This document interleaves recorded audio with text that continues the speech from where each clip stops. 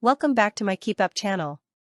Jail cells are cleared and lawyers put on standby in crackdown amid fears of weekend of riots. Sunderland burns on fresh night of shame and Southport MP slams disgusting extremists hijacking grief, but Kemi says, we can't ignore tensions.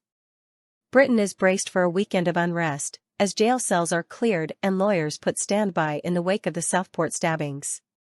More than 35 rallies are planned in towns and cities across the UK, raising fears that scenes already seen this week of police being attacked and vehicles set alight could be repeated.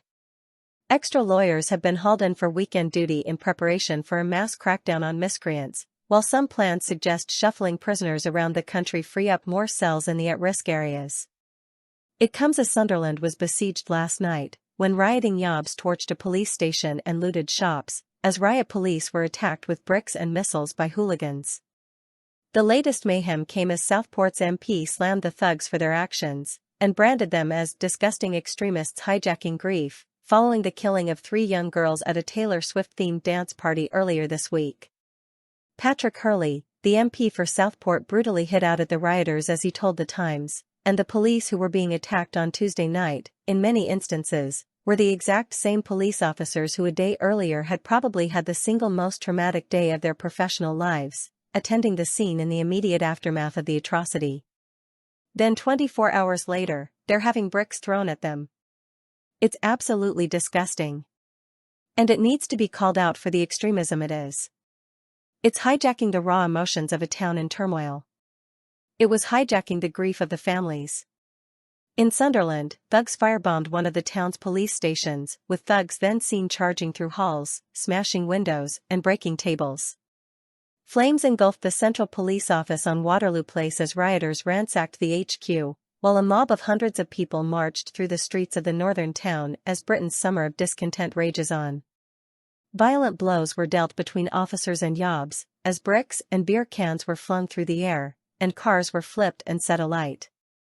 Details of the planned demonstrations for this weekend have been spread by far-right social media accounts and groups on encrypted messaging apps as they seek to whip up crowds.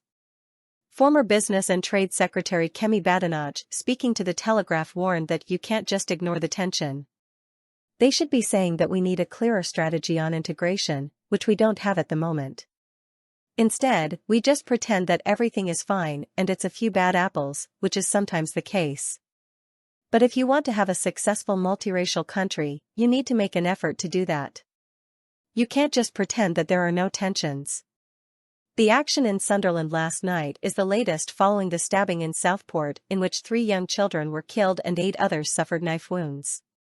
Violence erupted after a remembrance vigil for B.B. King, 6, Elsie Stankham, 7, and Alice da Silva Aguiar, 9, on Tuesday after thugs traveled into the seaside town and centered a riot around the local mosque, whose windows were smashed in a brutal attack. An 8th person has been arrested over the disorder in Southport on Tuesday evening.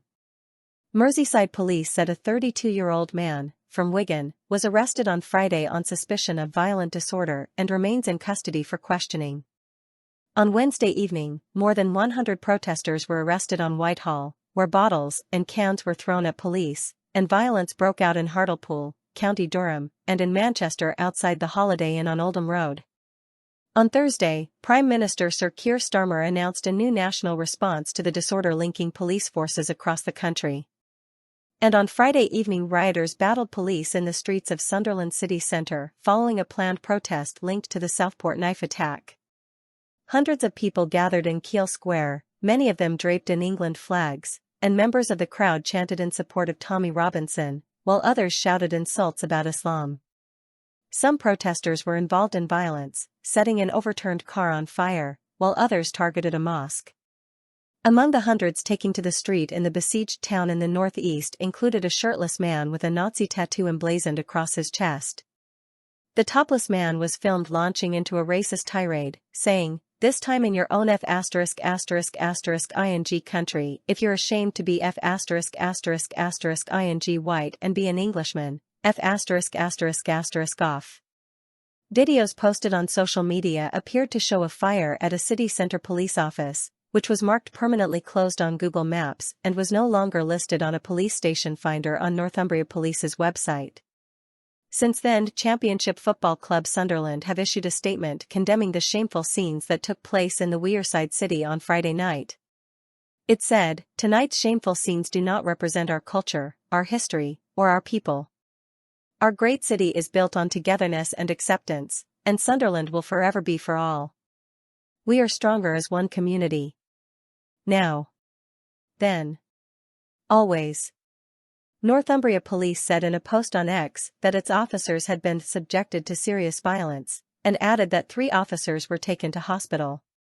8 people have so far been arrested for a range of offences, including violent disorder and burglary, the force added.